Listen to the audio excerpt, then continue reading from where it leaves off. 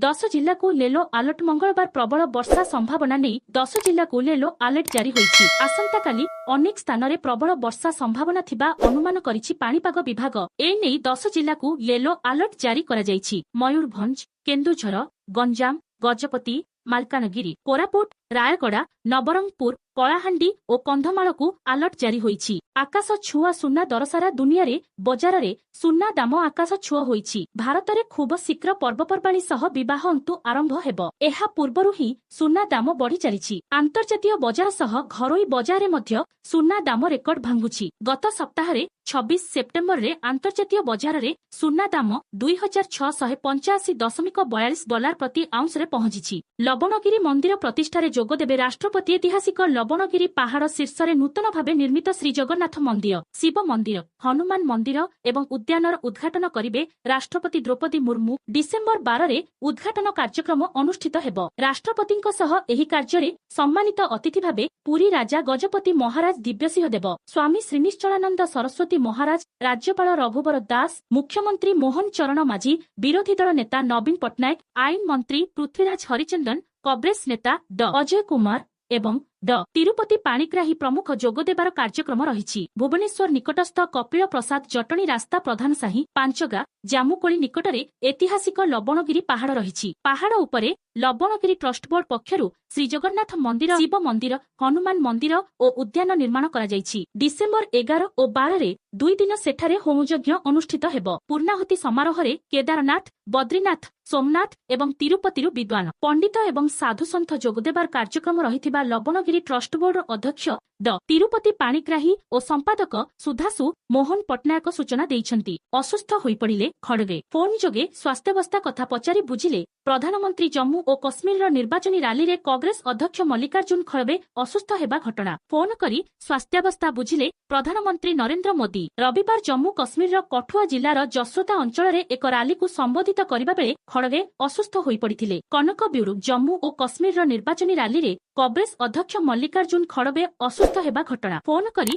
स्वास्थ्यावस्था बुझिले प्रधानमंत्री नरेंद्र मोदी। रविवार जम्मू कश्मीर कठुआ जिलार जसोदा अंचल रे एक रैली को संबोधित करबा बेले खड़गे असुस्थ होई पड़िथिले। डाक्तरी सहायता पई सुस्थ हेबा परे उक्त रैली को संबोधित करथिले। एही निर्वाचनी रैली रे केंद्र सरकार और नरेंद्र मोदी उपरे प्रबल बर्षिथिले खड़गे। रैली को संबोधित करी खड़गे कहिथिले जे प्रधानमंत्री नरेंद्र मोदी को क्षमतारु हटाइबा पूर्वरु से मरिबे नाही। चिकित्सा परे खड़गेଙ୍କ स्वास्थ्यावस्था स्थिर रहिछि बोली कांग्रेस नेता माने कहिसंती। जम्मू और कश्मीर शेष पर्यंत निर्वाचन पई रविवार सन्ध्यारे प्रचार शेष होईछि। आसंता काली अंतिम पर्याय भोट ग्रहण कराजिबो। टीम इंडिया पाकिस्तान गस्त करिबो कि नाही। चैंपियन ट्रॉफी को नहीं बड़ निष्पत्ति नेला बीसीसीआई। चैंपियंस ट्रॉफी 2025 पई भारतीय दल पाकिस्तान गस्त करिबो कि नाही ताकु नहीं कल्पना जल्पना लागि रहिछि। तेबे एहाकु नहीं बीसीसीआई पक्षरु आसिछि बड़ खबर। बीसीसीआई उपाध्यक्ष राजीव शुक्ला सोमवार कहिसंती चैंपियन ट्रॉफी पई भारतीय दलर पाकिस्तान गस्त को नहीं भारत सरकार अंतिम निष्पत्ति नेबे। शुक्ला कानपुर रे बांग्लादेश विपक्ष टेस्ट सीरीज र चतुर्थ दिन खेल परे सांबादिकंकु सूचना देई कहिसंती बेड पक्षरु ए पर्यंत कोनोसी निर्णय निया जाय नाही। आमर नीति एहा जे अंतर्जातीय गस्त पई सर्वदा आमे सरकारक अनुमति नै थाउ। आम दल केउ देश को गस्त करिबो केउ केउठी कि नुहे ताहा सरकार स्थिर करिथांती। वर्तमान पाकिस्तान जिबा प्रसंग रे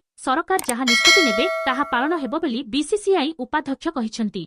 विश्व में आतंकवाद पाई कोनोसी स्थान नाही। प्रधानमंत्री मोदी इस्राएल पीएम को सह हेले कथबार्ता। प्रधानमंत्री नरेंद्र मोदी इस्राएल प्रधानमंत्री बेंजामिन नेतन्याहुଙ୍କ सह फोन रे कथबार्ता होइछन्ती। एही समय रे उभय नेता पश्चिम एशियार स्थिति उपरे आलोचना करिछन्ती। प्रधानमंत्री मोदी एही कथबार्ता बेले निजर बंधु तथा इस्राएलीय समकक्षଙ୍କୁ कहिथिले विश्व में आतंकवादर कोनोसी स्थान नाही। तुरंत सारी दियंतु बैंक काम। अक्टोबर रे 15 दिन बैंक छुट्टी प्रति मासरे किछि दिन बैंक पर्वपर्वाणी हेउ अबा शनिवार रविवार बंद रही थाए। रिजर्व बैंक एथिपाई प्रति मासरे छुट्टी तालिका घोषणा करिथाए। अक्टोबर रे बैंक काम रखिथिले तुरंत सारी दियंतु। अक्टोबर रे दशहरा पडुथिबारु अनेक दिन बैंक बंद रहिबो। तेबे अक्टोबर रे 15 दिन बैंक बंद रहिबो। एथिरु 4टी रविवार छुट्टी रहिथिबा बेले अन्य पर्वपर्वाणी छुट्टी रहिछि। विभिन्न राज्य रे विभिन्न पर्वपर्वाणी नै भिन्न भिन्न छुट्टी रहिछि। बैंक छुट्टी तालिका 1 अक्टोबर जम्मू रे विधानसभा निर्वाचन पई छुट्टी 2 अक्टोबर गांधी जयंती, 3 अक्टोबर महाराजा अग्रसेन जयंती, 6 अक्टोबर रविवार, 10 October Mahasaptami, 11 October Mahanavami, 12 October Dussehra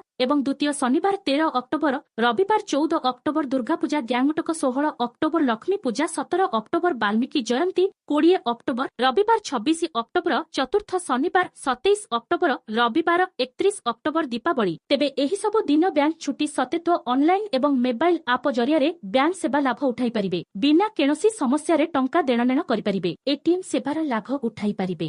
union ବ୍ୟାଙ୍କରେ ଜମା ହେଲା ଶ୍ରୀମନ୍ଦିରର 18.36 କୋଟି ପୁରୀ ଶ୍ରୀମନ୍ଦିରର 18,36,41,597 ଟଙ୍କା ୟୁନିୟନ ବ୍ୟାଙ୍କରେ ଜମା ହୋଇଛି। ଶ୍ରୀମନ୍ଦିର ଫାଉଣ୍ଡେସନ ଫଣ୍ଡ 4,39,63,622 ଟଙ୍କା ଏବଂ କର୍ପସ ଫଣ୍ଡ 13,96,77,975 ଟଙ୍କା ଜମା କରିବା ପାଇଁ 8ଟି ରାଷ୍ଟ୍ରାୟତ୍ତ ବ୍ୟାଙ୍କକୁ ଟେଣ୍ଡରରେ ଭାଗ ନେବାକୁ ଆହ୍ୱାନ କରାଯାଇଥିଲା। ସୋମବାର 5ଟି ବ୍ୟାଙ୍କ ଟେଣ୍ଡର ପ୍ରକ୍ରିୟାରେ ଭାଗ ନେଇଥିଲେ। ଏଥିରେ ୟୁନିୟନ ବ୍ୟାଙ୍କ ସବୁଠୁ ଅଧିକ ସୁଧ ଦେବ ବୋଲି ବିଡ଼ ପକାଇଥିଲା। ତେଣୁ ନିୟମ ଅନୁଯାୟୀ ୟୁନିୟନ ବ୍ୟାଙ୍କରେ ଫାଉଣ୍ଡେସନ ଫଣ୍ଡ ଏବଂ କର୍ପସ ଫଣ୍ଡର ମୋଟ 18,36,41,597 ଟଙ୍କା ଜମା ରଖାଯାଇଛି। ଭଦ୍ରକ ଓ ଧାମନଗର ଉତ୍ତେଜନା ଘଟଣାରେ ଗିରଫଙ୍କ ସଂଖ୍ୟା 22କୁ ବୃଦ୍ଧି। ଭୁବନେଶ୍ୱର ସାମାଜିକ ଗଣମାଧ୍ୟମରେ ବିବାଦୀୟ ପେଷ୍ଟକୁ ନେଇ ଗତକାଲି ଭଦ୍ରକ ସହରରେ ତୁମୁଳକାଣ୍ଡ ଘଟି ସୃଷ୍ଟି ହୋଇଥିବା ଉତ୍ତେଜନା ମୂଳକ ପରିସ୍ଥିତି ଏବେ ନିୟନ୍ତ୍ରଣାଧୀନ ରହିଛି। ଭଦ୍ରକ ଓ ଧାମନଗର ଉତ୍ତେଜନା ଘଟଣାରେ ଗିରଫଙ୍କ ସଂଖ୍ୟା 22କୁ ବୃଦ୍ଧି ପାଇଛି। ଆଉ 7 ଜଣଙ୍କୁ ପୋଲିସ ଗିରଫ କରିଥିବା ପୂର୍ବାଞ୍ଚଳ ଡିଆଇଜିଙ୍କ ସୂଚନା। ପୁରୁଣା ବଜାର ଥାନା ଅଞ୍ଚଳର 12